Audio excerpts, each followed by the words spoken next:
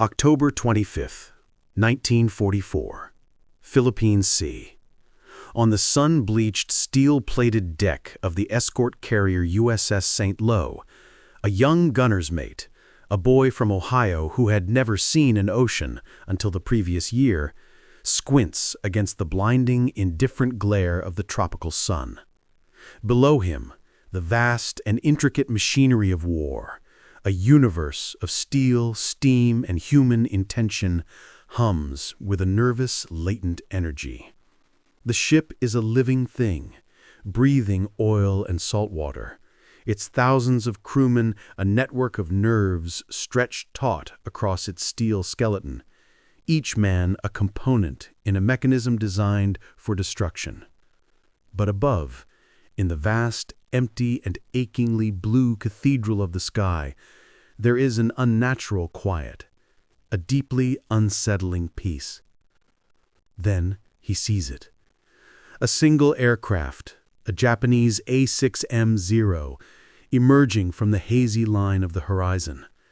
It flies with a strange, deliberate calm, a horrific grace that is utterly alien to the frantic, evasive maneuvers of conventional combat.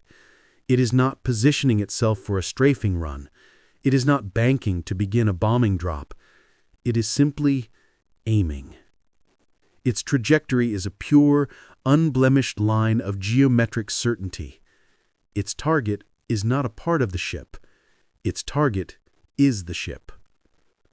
For the men on the St. Lo, this is something new, something that violates the established grammar of warfare, a terrifyingly intimate act in an otherwise impersonal conflict. This is the first day the world will learn the name for this new form of combat, a word that will echo through history, a word that will become synonymous with suicidal devotion. Kamikaze. The Zero dives. The air around the carrier, once silent, erupts in a frantic, desperate crescendo of anti-aircraft fire. The ship's 5-inch guns roar.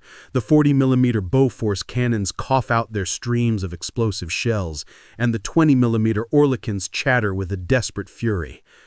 Puffs of black smoke, the deadly blossoms of flak stitch a ragged, frantic pattern around the descending plane.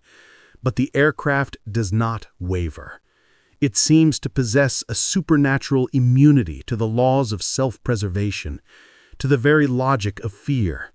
It is a guided missile with a human soul, a 3-ton spear tip of explosives and ideology, an expression of a spiritual devotion to emperor and empire that American war planners, in their world of logistics tables, production schedules, and statistical analysis, had never truly conceived.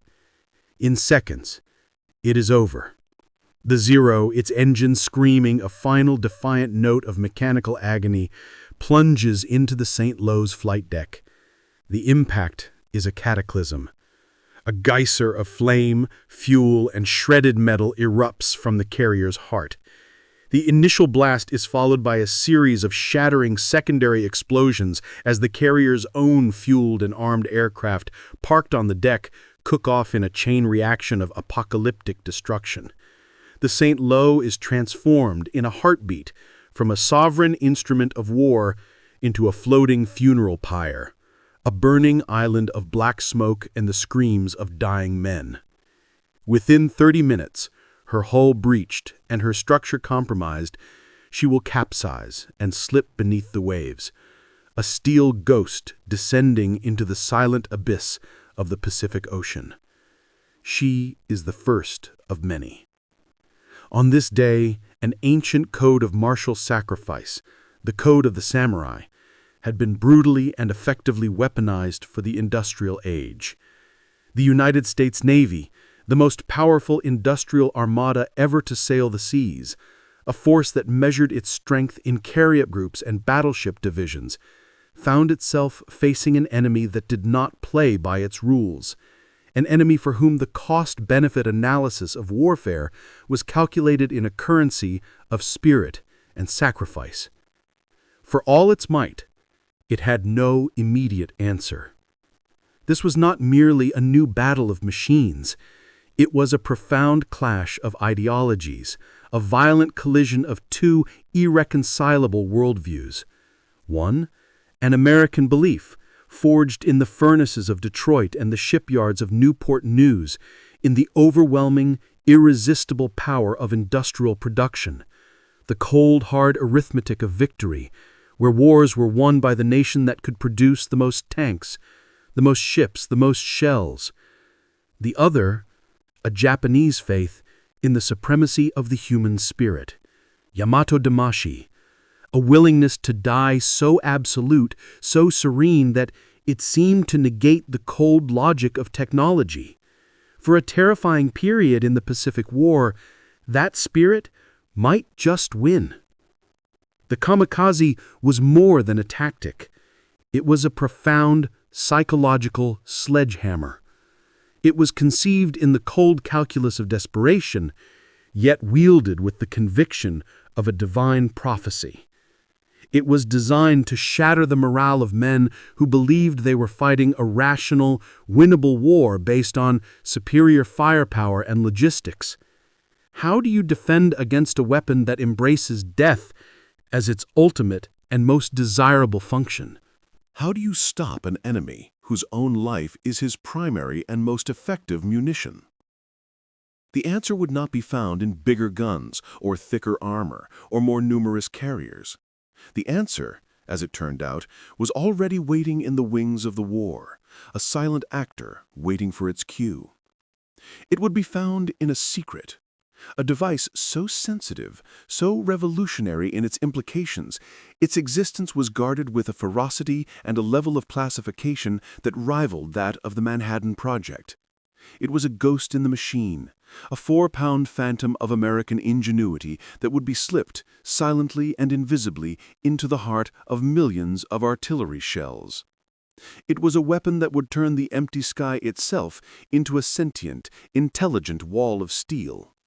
It was called the VT Fuze, for variable time. And to the Japanese pilots who would soon encounter its lethal magic, it would seem that the Americans had somehow learned to command the heavens, to weaponize the very air through which they flew. The story of this revolutionary device, the proximity fuse, does not begin on the sun-scorched deck of a warship amidst the thunder of battle, but in the quiet, chalk-dusted halls of American and British science, years before the first bombs fell on Pearl Harbor. The problem it was designed to solve was as old as anti-aircraft gunnery itself, a maddeningly complex equation of physics, ballistics, and probability that had frustrated the world's finest military minds for decades. Hitting a small, fast-moving target thousands of feet in the air with an unguided, unthinking projectile is a statistical nightmare of the highest order. It is akin to a blindfolded man on a speeding train trying to shoot a swooping swallow with a rifle, and doing so by calculating the bird's future position based on a fleeting glimpse. Before the fuse, gunners relied on two crude and profoundly inefficient methods, each with its own debilitating flaws. The first was the percussion fuse, a simple mechanism designed to detonate the shell on direct physical contact. This was a legacy of centuries of land and sea warfare, where a cannonball either hit its target or it didn't. Against the vast three-dimensional battlefield of the sky, where an enemy aircraft was a tiny speck in a colossal volume of space, and where a near miss is as good as a miss by a mile, these were almost entirely useless. A direct, solid hit with a large-caliber shell was a miracle, not a reasonable tactical expectation. The second, more common method was the time fuse. This was a marvel of mechanical miniaturization, a kind of intricate, robust clockwork built into the shell's nose. Before firing, gunners would manually set this timer to detonate the shell after a predetermined number of seconds, hoping against hope that the shell and the target would arrive in the same small parcel of sky at the same moment. The calculations required to make this anything more than an educated guess were fiendishly complex.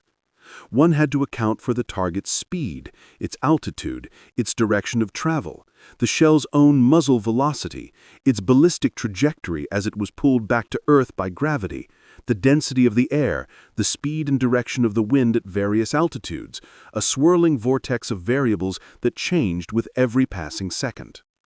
Onboard ships, complex analog computers called fire control directors, astounding mechanical creations of gears and cams, could take in some of this data and generate a firing solution. But they were in essence predicting the future location of an object that was being flown by an intelligent human being, who was actively, desperately trying not to be where you expected him to be. The slightest jink or change in altitude by the enemy pilot rendered the entire complex calculation obsolete. The result was a storm of wasted ammunition, a sky filled with shells exploding harmlessly, hundreds or even thousands of feet from their intended targets, creating aesthetically pleasing but tactically useless puffs of smoke. It was a barrage of hope, not a science of destruction. The statistics were damning. At the beginning of the war, during the Battle of Britain, exhaustive British studies suggested it took on average over 20,000 rounds of heavy anti-aircraft ammunition to shoot down a single enemy bomber. It was a strategy of saturation, a brute force attempt to make a small patch of skies so thick with flying metal that an enemy plane might, by sheer dumb chance, fly into a piece of it. It was unsustainable, inefficient, and demoralizing. What was needed was a miracle, a shell that could think, a shell that possessed its own form of perception, that could sense when it was close to a target and then detonate itself at the precise optimal moment to inflict the maximum possible damage. The concept was simple to imagine. The execution was widely considered by the world's leading ordnance experts to be impossible. The engineering challenges were seen as insurmountable. Germany's formidable scientific establishment had pursued the idea of an acoustic proximity fuse in the 1930s, one that would listen for the specific sound of an aircraft's engines and detonate when the sound reached a certain intensity. The project was plagued by insurmountable technical hurdles, the roar of the shell itself through the air, the difficulty of filtering out extraneous noise, and it was eventually abandoned. British scientists, at the forefront of the new, miraculous technology of radar, had conceived of a small, self-contained radar-like device that could be housed in a shell. The idea was brilliant, a quantum leap in thinking. But Great Britain, standing alone against the might of the Third Reich in 1940, its own industrial centers under constant aerial bombardment, lacked the spare industrial capacity and the relative safety from bombing to turn this fragile theoretical concept into a mass-produced, battle-ready reality. The problem, and the potential solution, was part of a priceless portfolio of technological secrets, a black box of scientific crown jewels, carried to the United States in the autumn of 1940 by the Tizard mission. In a desperate, high-stakes act of faith, a group of top British scientists, led by Sir Henry Tizard, unveiled their most advanced and secret research to their still neutral American counterparts. They were giving away the keys to their kingdom, including the cavity magnetron, which would revolutionize radar, jet engine designs, and their theoretical work on the proximity fuse. They were planting a seed in the fertile and safe soil of American industry. The problem and the potential solution was accepted and assigned to a small, newly formed group of civilian scientists working under the umbrella of the National Defense Research Committee, or NDRC, an organization masterminded by the brilliant engineer and administrator Vannevar Bush. The project was given to a brilliant and relentlessly driven physicist named Merle Tuve, at a new institution created for the sole purpose of solving this specific problem, the Applied Physics Laboratory at Johns Hopkins University. Their official designation was Section T for Tuve. Their task, assigned to them by the highest levels of government, was to take the impossible and make it routine, to turn a scientific fantasy into an industrial reality. Their goal was to create, in essence, a miniature, self-contained and fully automated radio station, a transmitter and a receiver, and package it into the cramped, brutally hostile environment of a 5-inch artillery shell's nose cone. This tiny, delicate electronic device then had to be rugged enough to survive the single most violent, non-destructive event in all of engineering, being fired from a cannon. The forces involved are difficult for the human mind to comprehend. Upon firing, the fuse would be subjected to an instantaneous acceleration of 20,000 times the force of gravity. A 1-pound component would momentarily behave as if it weighed 10 tons. It would simultaneously be subjected to a rotational force that would spin it up to nearly 30,000 revolutions per minute, 500 rotations every single second. The delicate glass vacuum tubes, the fragile wires, the paper-thin plates of the batteries, the intricate capacitors, every single one of the 130 components that made up the fuse had to survive this controlled, directional explosion. Then, in the split second after clearing the gun barrel, it had to activate, power up, and perform its complex mission flawlessly. The stakes were articulated in no uncertain terms by a senior naval officer who declared to the scientists, quote, "Each month's delay in developing a proximity fuse was equivalent to losing a cruiser," end quote. The project became a symphony of microscopic engineering challenges, a relentless day-by-day battle against the fundamental laws of physics. Conventional vacuum tubes, the delicate glowing heart of any radio of that era, would shatter into fine dust under such immense forces. A new kind of vacuum tube had to be invented from scratch. Scientists at Section T, working with engineers from private companies like Sylvania and RCA, developed tiny, ruggedized tubes, no bigger than a thumbnail, with their internal elements redesigned, reinforced, and supported by tiny metal struts and ceramic discs to be incredibly robust. To test them, they would place them in a special cradle and literally shoot them out of a smooth-bore cannon into a sandbank, then dig them up to see if they had survived. A reliable power source presented an immense hurdle. A conventional battery would be torn apart, its plates mangled and its acid spilled by the rotational and acceleration forces. The solution was a stroke of genius in its simplicity and elegance, a testament to the ingenuity of the team.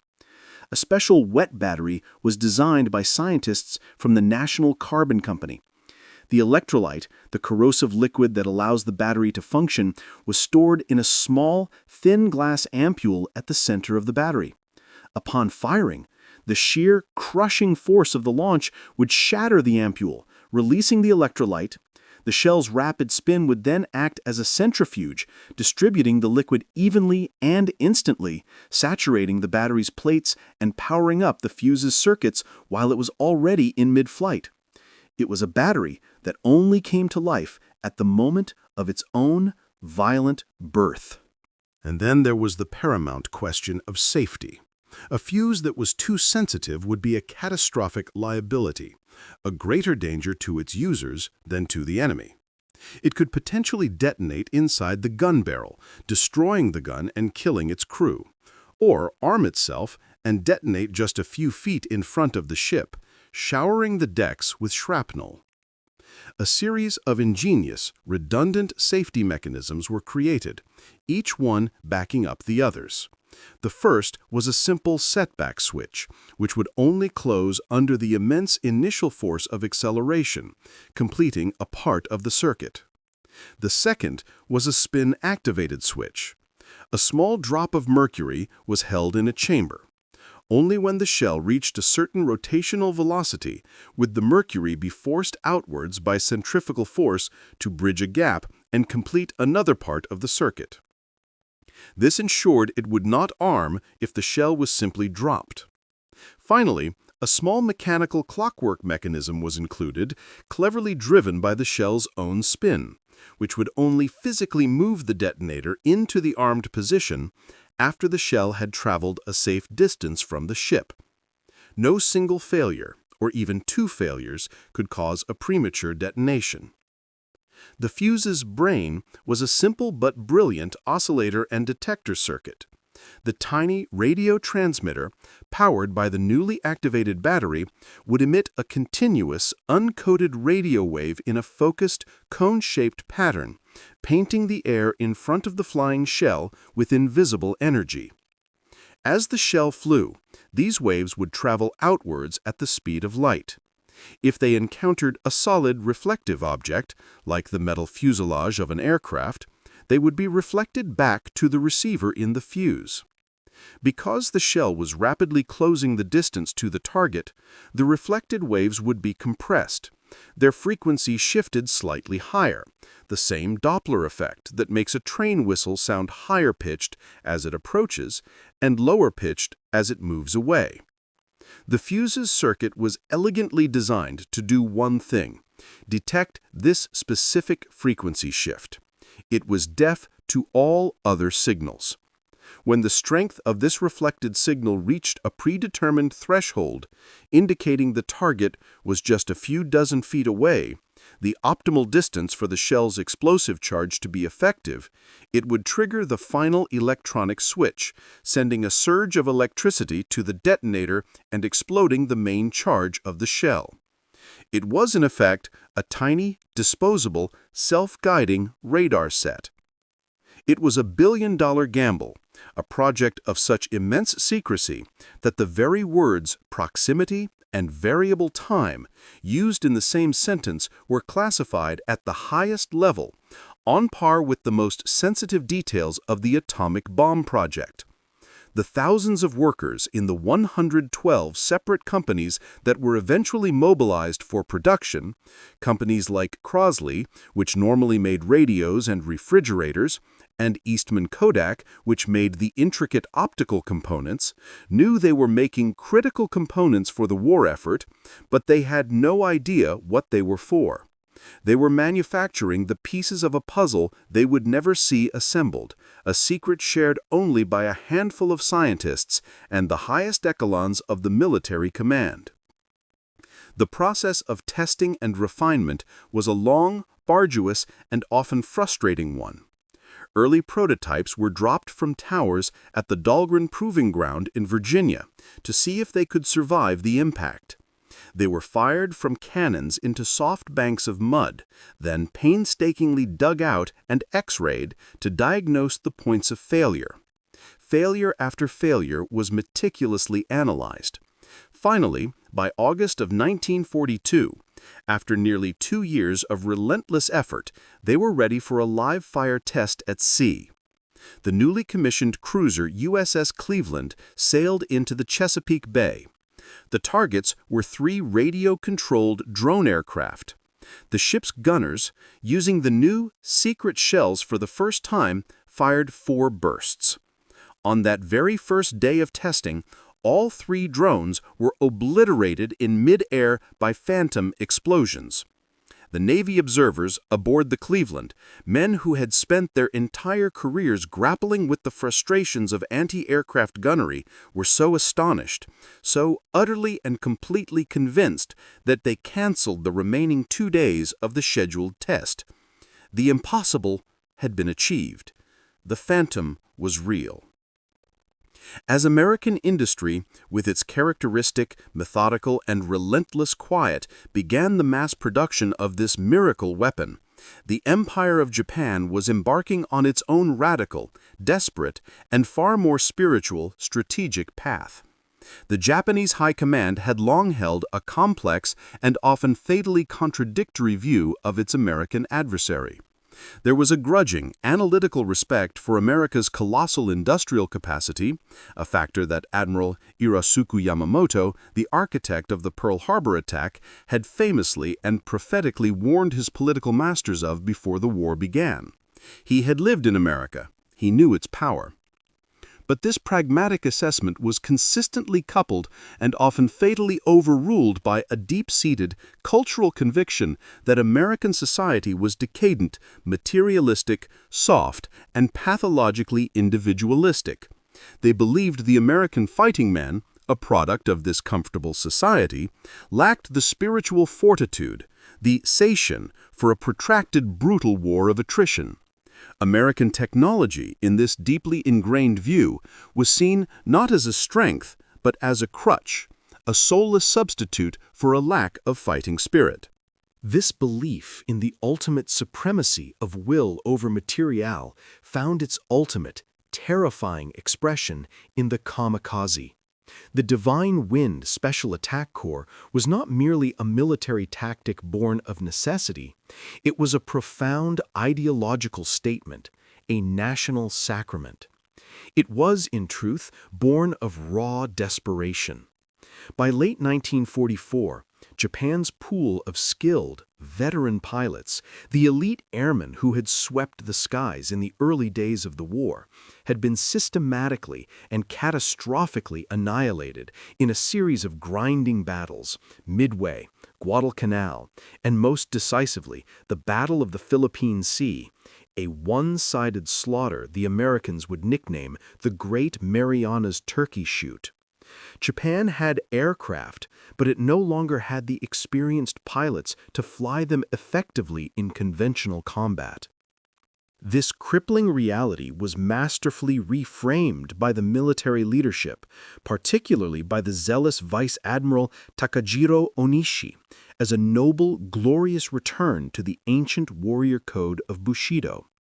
It was presented to the young, hastily trained pilots and the Japanese public as the ultimate triumph of will over matter, the purest possible expression of loyalty to the divine emperor. One pilot, one plane for one enemy warship. To the Japanese, this was a sacred and terrifyingly efficient equation, an equation they believed the Americans, with their soft, sentimental attachment to individual life, could not solve. The Special Attack Corps was designed to terrorize, to prove that the Japanese spirit was an unbreakable, unstoppable weapon that could overcome any material disadvantage. As Admiral Onishi declared in a speech to the 1st Kamikaze Unit, "If we are defeated, the noble spirit of the Kamikaze Special Attack Corps will keep our homeland from ruin. Without this spirit, ruin would surely follow defeat." A captured Japanese strategic document laid out the cold, psychological objective of the campaign. These attacks will instill fear in the hearts of the enemy and shake his fighting spirit. And for a time, the initial successes seemed to prove them right.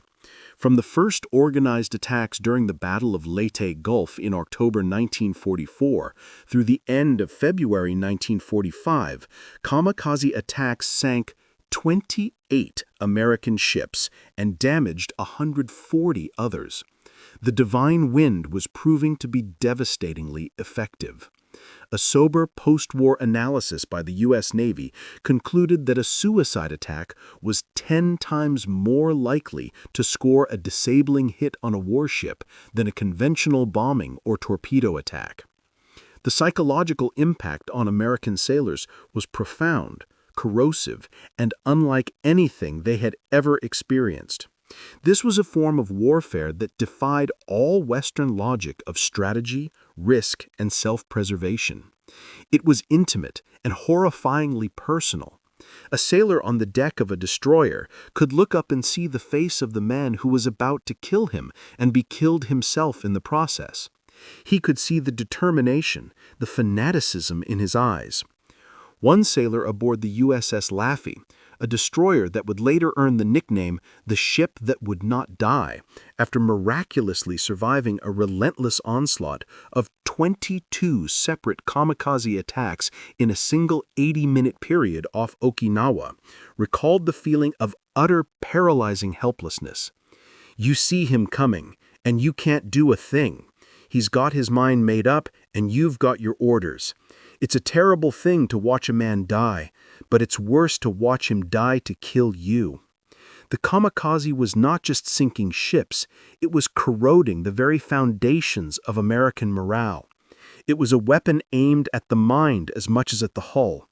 The Japanese believed they had found the perfect asymmetrical weapon, one that American factories, for all their staggering, world-beating output, could never counter. They were betting that technology, no matter how advanced, was no match for martyrdom.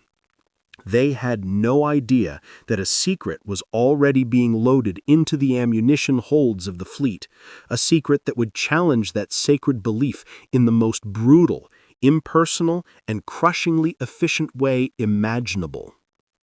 The first combat use of the VT Fuze was a quiet, almost unnoticed event, a single, sterile line in a ship's after-action report that gave no hint of the revolution it represented. On January 5, 1943, off the coast of Guadalcanal, the light cruiser USS Helena, one of the first ships to receive a small, experimental batch of the new shells, fired a salvo at a Japanese Vol dive bomber that was harassing the fleet. One of the shells, without making physical contact, detonated in close proximity to the aircraft.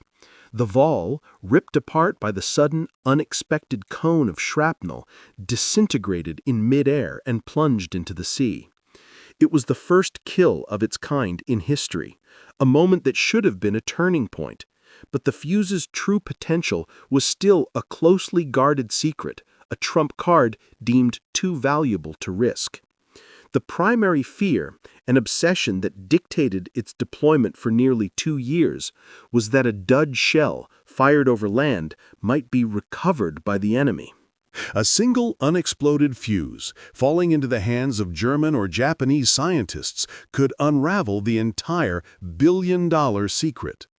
They could analyze its circuitry, understand its operating principles, and, most dangerously, develop countermeasures, simple radio jammers that could prematurely detonate the fuses or render them useless. Or worse, they could reverse engineer their own version. The priceless strategic advantage would be lost. Consequently, its use was strictly forbidden over land. For nearly 2 long years, the Phantom remained an exclusively naval weapon, used only over the open water, where any unexploded shells would be safely swallowed by the silent depths of the ocean. But in the autumn of 1944, 2 new and terrifying threats, on opposite sides of the world, forced the Allies' hand, compelling them to finally unleash the full power of their secret weapon. The first of these threats was the V-1 flying bomb, the German Vergeltungswaffe 1, or Vengeance Weapon 1. These were the world's first cruise missiles, crude but effective pilotless jet-propelled bombs that were being launched by the hundreds from sites in occupied France and Holland, aimed at the civilian heart of London. The buzz bombs, as they were nicknamed, for the sputtering, terrifying roar of their pulse jet engines, were a weapon of pure, indiscriminate terror. The sound alone was a form of psychological warfare. When the engines suddenly cut out, the silence that followed was a harbinger of imminent, random destruction as the bomb tipped into its terminal dive. In response to this new threat, thousands of VT fuses were rushed to anti-aircraft batteries positioned along the British coast, a codenamed Project Diver. The results were immediate, staggering, and nothing short of miraculous. The kill rate against the fast, small V1s which had been dismally low for conventional guns began to climb dramatically. In the last 4 weeks of the V1 campaign against Britain, proximity-fused shells were responsible for destroying an astounding 79% of all incoming targets that were engaged by heavy artillery. In the final week of the onslaught, the figure rose to 85%. The invisible shield had, in a very real and tangible sense, saved the City of London. The second, and far more profound threat was unfolding half a world away in the Pacific. The Kamikaze onslaught, which had begun in the Philippines, was reaching its horrifying bloody peak during the protracted brutal invasion of Okinawa in the spring of 1945. The U.S. Navy was locked in a brutal battle of attrition, taking casualties at a rate that shocked the American public and the High Command. The fleet was losing a ship a day. The Navy was desperate. The decision was made. The secret was finally, fully unleashed. As ships of the Fifth Fleet rotated off the line for rearming and replenishment in forward bases like Ulithi, their ammunition holds were quietly filled with the new VT-fused shells, designated Mk-32 or Mk-40 depending on the caliber. To the gun crews, the sailors who fed the hot, smoking breeches of the 5-inch guns, the shells looked physically identical to the old rounds. They were the same size, the same weight, but their performance was otherworldly. The sky, which had once been a vast, empty space where a successful hit was a matter of pure, unadulterated luck, now seemed to be filled with invisible tripwires, a lethal, sentient web of American technology. The cold, hard arithmetic of anti-aircraft warfare was completely and irrevocably rewritten. Where it had once taken thousands, or at the very least many hundreds of rounds to down a single aircraft, the number began to plummet. A comprehensive post-war Navy study later found that proximity-fused shells required only about a quarter of the shots to achieve a kill compared to the old manually timed fused rounds. Against the predictable, straight-in trajectory of a kamikaze in its final dive, the fuse was even more murderously effective.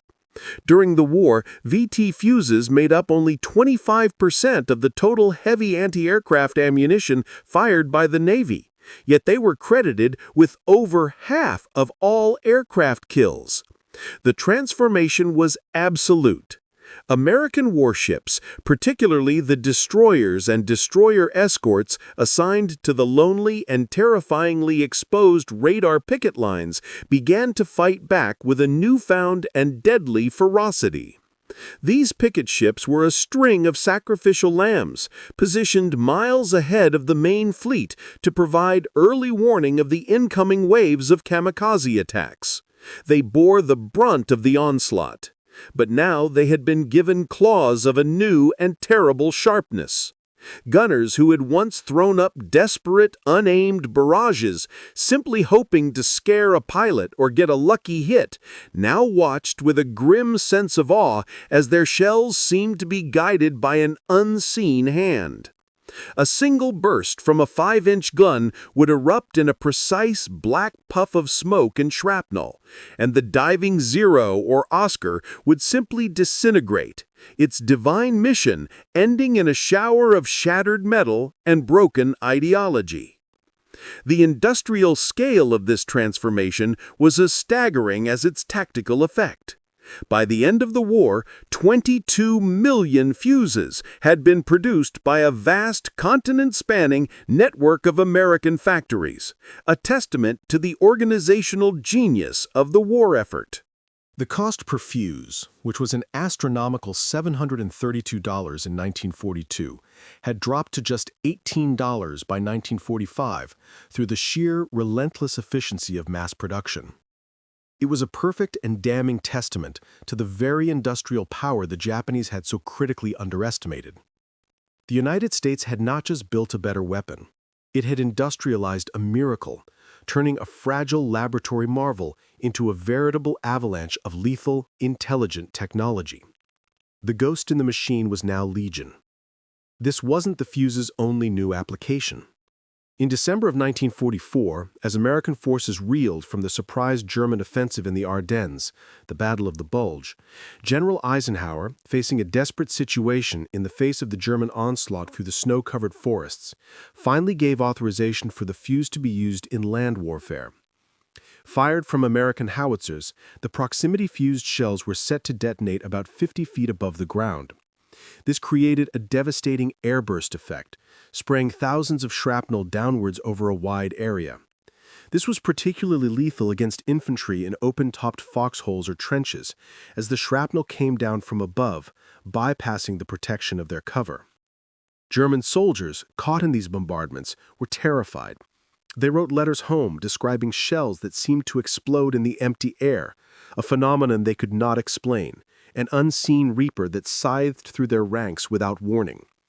The funny fuse, as a grateful General George S. Patton would later call it, played a significant, if unsung role in breaking the back of the last great German offensive of the war. But it was in the Pacific, against the Kamikaze, against the weapon of pure spirit, that the fuse found its ultimate and most profound purpose. It was the perfect technological counter to a weapon of pure human will. It was the ghost that hunted the divine wind. The true, profound power of the VT fuse was not ultimately measured in the number of planes shot down or the tonnage of ships saved, but in the minds it broke and the minds it saved.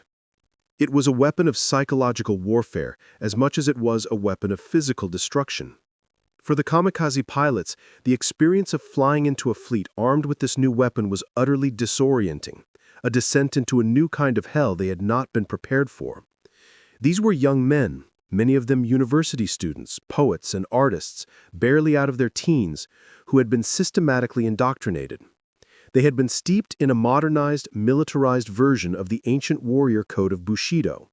They were taught that death in the service of the emperor was not an end, but a glorious transformation, a purification, a way to become a guardian spirit of the nation, an ele.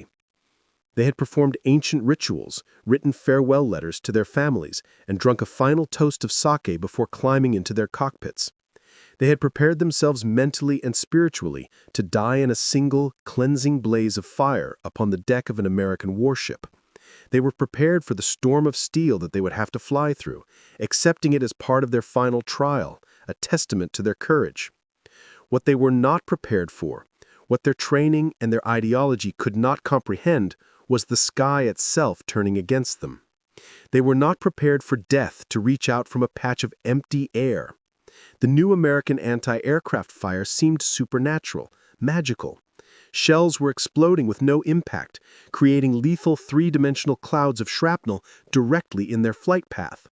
A plane would be flying perfectly straight and true one moment, and be a cloud of falling, flaming debris the next, its pilot never knowing what hit him. The clean, honorable narrative of a warrior plunging into his target was being corrupted, rendered obsolete by an invisible, inexplicable force.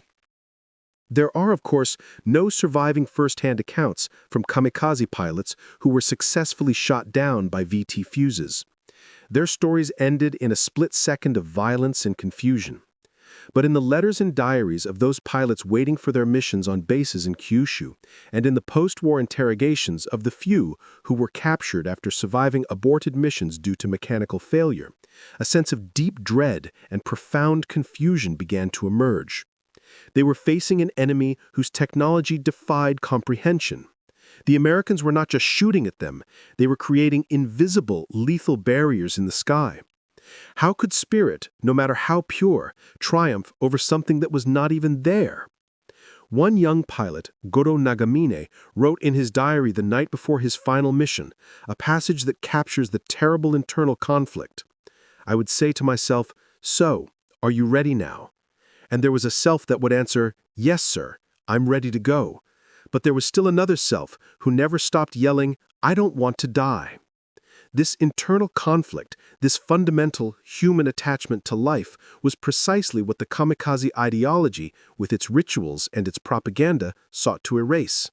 The VT fuse, with its impersonal, almost scientific lethality, amplified that tiny, desperate voice of terror. It introduced a new, terrifying variable of sheer, random uncertainty into the final ritualized moments of a pilot's life. Death could now come from anywhere, at any time, delivered by a phantom shell. The spiritual equation had been contaminated by a variable they could not control, predict, or understand. For the American sailors, the psychological effect was the polar opposite, a mirror image of hope against despair. The gnawing, gut-wrenching feeling of helplessness, of being a sitting duck waiting for the inevitable, was methodically replaced by a sense of grim, professional empowerment.